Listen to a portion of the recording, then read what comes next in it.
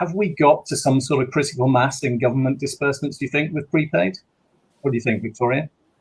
No, I don't think we have. And actually, I was only talking to our team about it last week, because what we've realised is that we have some government organisations, I think, as Paul quite rightly said, those that adopt understand it, and it spreads within that organisation, and they start to see the application of it. And we've got some clients, some councils that have 14, 15 prepaid schemes across such a range of their services within their organisation. And then we've got others that have a very small one single scheme that they use infrequently, and we're wondering why they actually keep the scheme there, really, and there's work to do with them. But you start to realise that where the take-up is there, it's adopted, people can see the benefit of it. And I think that for me is the powerful part about prepaid. So we see it either spread like wildfire within an organisation, like in a government sector organisation, or we see a really small pocket of a testing of it in another area. I have to say, though, I think when we look at some of the tenders that are coming out, and the drive for the government to push the way that digital payments needs to go into local authority and local government, I think we'll be seeing more and more requests and more use of it. But exactly like Paul says, the more people see as the case study, as the use case, they start to think, why aren't we using it?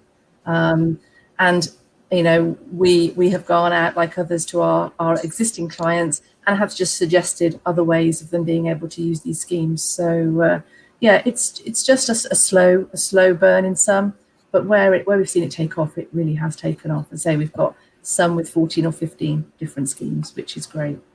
Yeah. Paul, experience. What do you think? Yeah, I think we're nowhere near critical mass, but it's moving in the right direction. And I think, just to say again, once they use it, they love it, and they start to see other positions. We've actually, with the charities at least, we start with disbursement, and we end up then doing expense management solutions for them as an organisation. And in other ways, we started at the other end. We started doing expense management solutions for them, and then they said, "Oh, hang on a minute, you could do disbursements for us."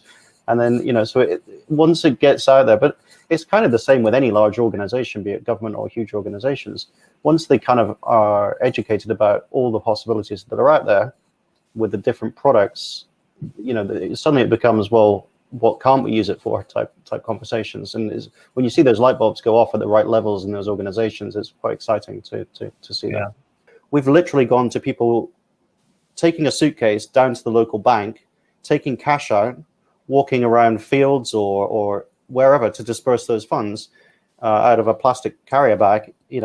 We've gone from that to cards in people's hands where it can all be navigated safely from somebody's desk 24/7 with no issues. I mean, very often organizations will focus on unit costs. How much is it costing me for this card, or for me to load the funds onto that card and you to provide the service? And we often just try and turn that around and say, well, what's the cost of not doing this? What's the cost of having that guy go to the bank, take out cash? The bank's going to charge you cash fees. You've got the cost of the guy going there. You've got the cost of when he gets mugged when he walks down the street with a suitcase every Friday afternoon. There's a lot of intangible costs out there that you can put together in a business case and really make a case for prepaid, and not least is saving time for the organizations that are involved in very laborious processes.